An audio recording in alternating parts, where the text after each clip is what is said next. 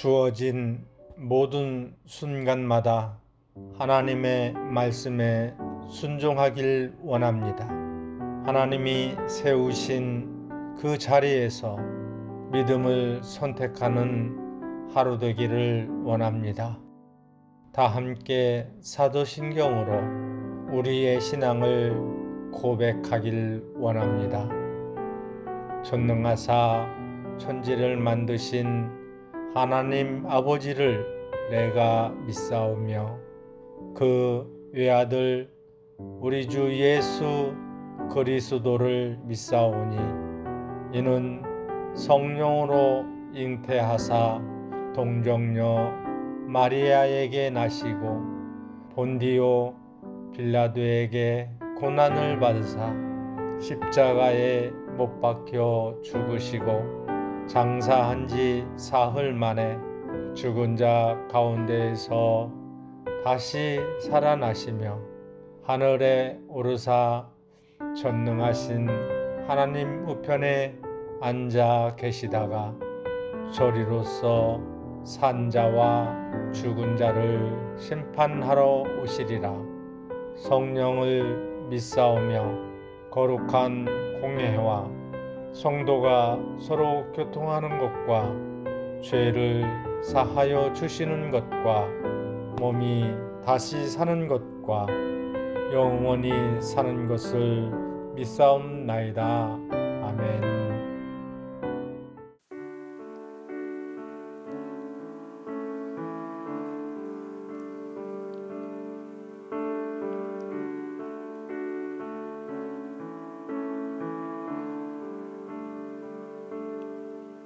주님 내 길을 잘 아시고 내 걸음 아시네.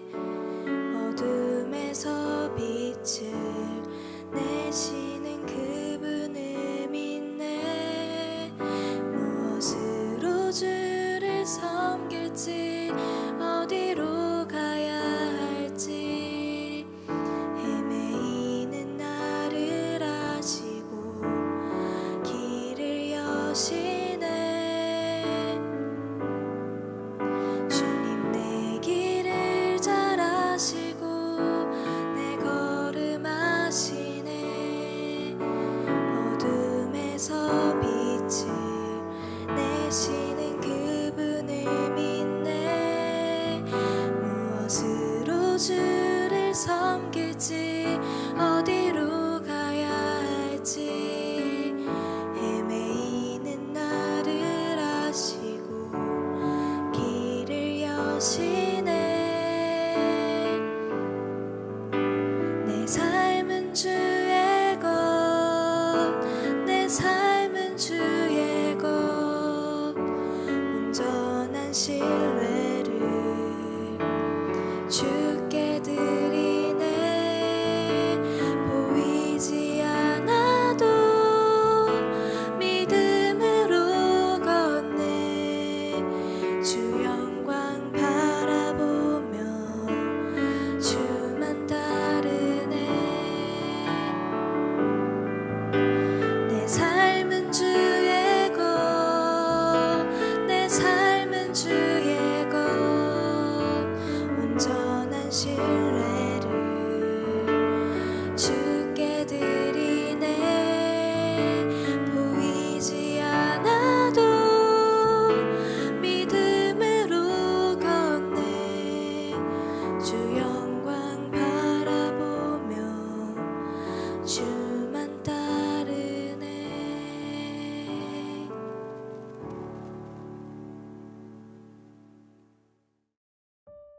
오늘 우리가 함께 나눌 말씀은 예레미야 39장 4절부터 10절입니다. 유다의 시드기야 왕과 모든 군사가 그들을 보고 도망하되 밤에 왕의 동산길을 따라 두 담샘문을 통하여 성읍을 벗어나서 아라바로 갔더니 갈대아인의 군대가 그들을 따라 여리고 평원에서 시드기야에게 미쳐 그를 잡아서 데리고 하맛 땅 림나에 있는 바벨론의 느부갓네살 왕에게로 올라가매 왕이 그를 신문하였더라. 「 바벨론의 왕이 림나에서 시드기야의 눈앞에서 그의 아들들을 죽였고 왕이 또 유다의 모든 귀족을 죽였으며 왕이 또 시드기야의 눈을 빼게 하고 바벨론으로 옮기려고 사슬로 결박하였더라. 갈대아인들이 왕궁과 백성의 집을 불사르며 예루살렘 성벽을 헐었고 사령관 느부사라단이 성중에 남아있는 백성과 자기에게 항복한 자와 그 외에 남은 백성을 잡아 바벨론으로 옮겼으며 사령관 느부사라단이 아무 소유가 없는 빈민을 유다 땅에 남겨두고 그날에 포도원과 밭을 그들에게 주었더라. 아멘. 반갑습니다. 오늘 예레미야 39장 4절부터 10절을 중심으로 자신감이라는 주제의 말씀을 함께 나누겠습니다. 오늘 본문에는 너무나 가슴 아픈 이야기가 나옵니다. 시드기야가 왕이 된 지 11년 만에 예루살렘 성이 바벨론에 의해서 완전히 함락된 거죠. 바벨론의 장군들이 예루살렘을 완전히 함락시킨 후에 예루살렘 성의 그 중문에 앉아 있었을 때 시드기야는 지금이 어쩌면 도망칠 수 있는 절호의 기회라고 생각을 했습니다. 그래서 변장을 하고 밤에 도망을 갑니다. 4절입니다. 유다의 시드기야 왕과 모든 군사가 그들을 보고 도망하되 밤에 왕의 동산길을 따라 두 담 셋 문을 통하여 성읍을 벗어나서 아바라로 갔다, 이렇게 돼 있는데요. 근데 얼마 못 가서 여리고 평원쯤에서 추격군들에게 사로잡힙니다. 그래서 바벨론 왕에게 끌려가서 신문을 받습니다. 5절입니다. 갈대아인의 군대가 그들을 따라 여리고 평원에서 시드기야에게 미쳐 그를 잡아서 데리고 하마 땅 림나에 있는 바벨론의 느부갓네살 왕에게로 올라가매 왕이 그를 신문하였더라.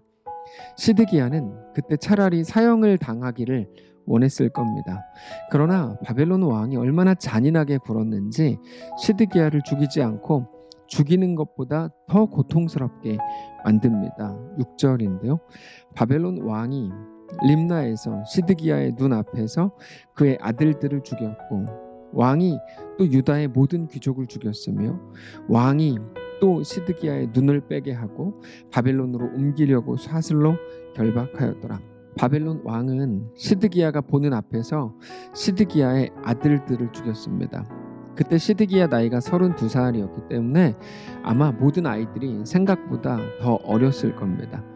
자기의 그 눈에 밟히는 귀여운 자식들이 눈앞에서 죽는 것을 보는 것은 어쩌면 죽음보다 더 심각한 고통이었을 겁니다.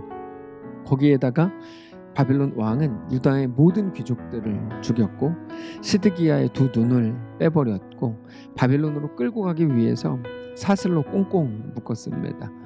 그리고는 왕궁과 백성들의 집과 예루살렘 성벽을 완전히 헐어버렸고 모든 사람들을 포로로 다 끌고 갔습니다. 그리고는 가진 게 아무것도 없는 사람들을 부르더니 유다 땅의 포도원과 밭을 그냥 무상으로 나눠줬죠. 나름대로의 유화 정책을 펴는 거고 나중을 대비하는 겁니다. 자기 팀을 그렇게 포섭해 놓는 거죠. 8절부터입니다. 갈대아인이 왕궁과 백성의 집을 불사르며 예루살렘 성벽을 헐었고 사령관 느부사라단이 성중에 남아있는 백성과 자기에게 항복한 자와 그 외의 남은 백성을 잡아 바벨론으로 옮겼으며 사령관 느부사라단이 아무 소유가 없는 빈민을 유다 땅에 남겨두고 그날에 포도원과 밭을 그들에게 주었더라. 그런데 사실 시드기야는 이 모든 일들이 일어났을 때 크게 당황할 필요가 없었을지도 모릅니다. 왜 그런가 하면 예레미야가 이미 수차례 굉장히 오랜 기간 동안 시드기야에게 반복적으로 하나님의 말씀을 전했기 때문입니다.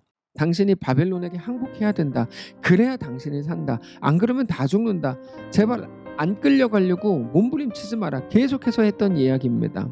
근데 하나님의 사람이 분명히 경고를 했음에도 불구하고 시드기야는 굉장히 완고했고 완악했죠. 그래서 시드기야의 완고함과 고집이 그런 비참한 역사를 만든 겁니다. 오늘 본문을 보면서 정말 유다의 가장 역사상 비참한 이야기들이 다 기록되어 있는 것처럼 느껴져서 좀 가슴이 아팠습니다. 이스라엘의 왕이, 하나님을 섬기는 이스라엘의 왕이 이방 민족인 바벨론에게 이렇게 처참하게 짓밟힐 뿐 아니라 왕의 자식들은 모두 왕이 보는 앞에서 죽임을 당하게 됐고 왕은 두 눈이 뽑히고 모든 것을 빼앗기고 모든 사람이 다 포로로 끌려가게 되는 그런 장면을 읽는 것조차 결코 쉽지 않았습니다. 특별히 이 모든 가슴 아픈 역사가 갑작스럽게 찾아온 게 아니라는 거죠. 예레미야가 굉장히 오랫동안 예언을 했고 하나님의 말씀을 전했음에도 불구하고 시드기야는 전혀 듣지 않았고 당장 눈앞에 있는 손해나 이익을 따라서 모든 것들을 결정해 나간 결과가 오늘 본문이었다는 것. 그래서 여기까지 왔다는 것이 너무 답답하고 가슴 아픈 일이었죠. 자, 모든 일은 정말로 시드기야가 만든 일이었습니다. 그 사실을 누구도 부정할 수가 없습니다. 그럼에도 불구하고 어제 아침 경건회를 통해서 말씀을 드렸던 것처럼 우리의 삶은 단순히 어제 내 실력으로 만든 과거의 역사의 결과물이 아닙니다. 분명히 오늘이 어제에 의한 결과물이 맞지만 그게 전부인 것은 아니라는 말입니다. 물론 하나님께서는 우리의 죄로 인해 당하게 될 모든 일들을 면제시켜 주지 않습니다. 사람들은 계속해서 그거를 기도하죠. 내가 죄 지었지만 내가 당하게 될 고통이 무서우니까 그 고통 당하지 않게 해주십시오. 그거를 원하지만 그거는 하나님의 방식은 아닙니다. 하나님은 공의의 하나님이시기 때문에 죄를 그냥 넘어가시지 않습니다. 그래서 심지어 어떤 일들을 행하십니까? 죄의 삭은 사망인데 그 말은 모든 죄는 반드시 그 생명을 담보로 한다는 말이거든요.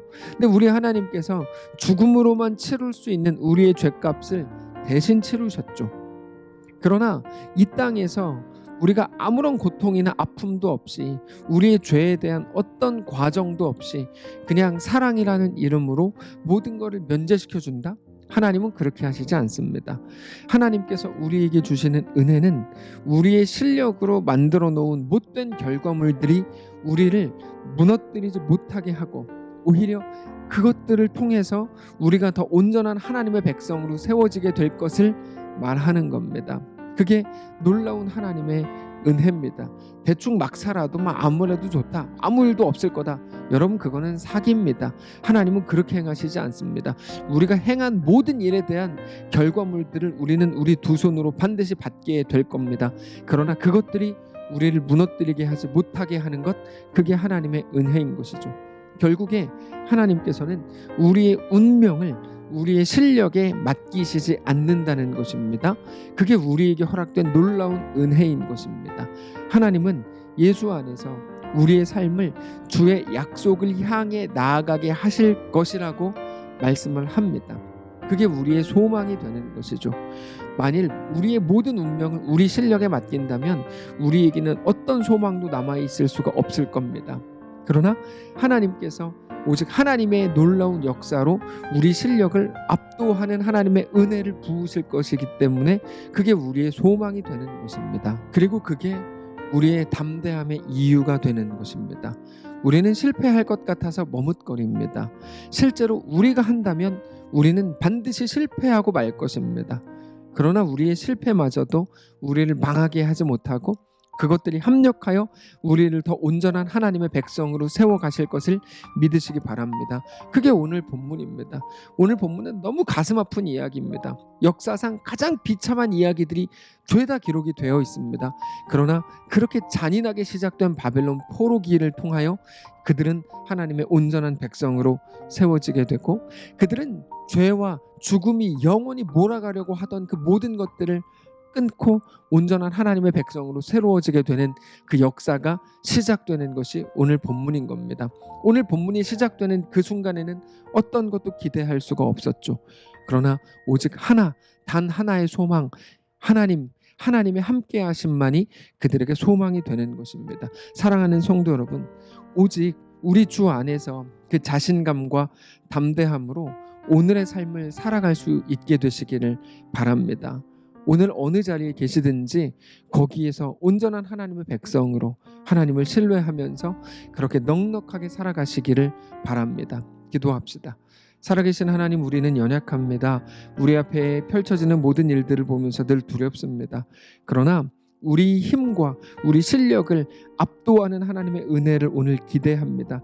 내가 만들어낼 수 없지만 하나님은 행하실 수 있는 것을 믿습니다. 우리 죄를 담당하시기 위해 독생자 예수 그리스도를 통하여 우리가 죽어야 되는 죽음을 대신 담당하신 것을 믿습니다. 그래서 우리는 절대로 죽을 수 없고 우리는 모든 일들을 통하여 영원한 하나님의 생명에 들어가게 될 것을 믿습니다. 그 자신감과 그 담대함으로 오늘을 승리하며 살아가게 하옵소서. 오늘도 우리 유일한 소망 되신 살아계신 예수님의 이름으로 기도합니다. 아멘. 사랑하는 성도 여러분, 하나님께서 오늘 하루를 우리에게 허락하셨습니다. 이 믿음 가지고 담대하게 자신감으로 꽉 채워진 우리의 오늘의 삶을 살게 되시기를 축복합니다.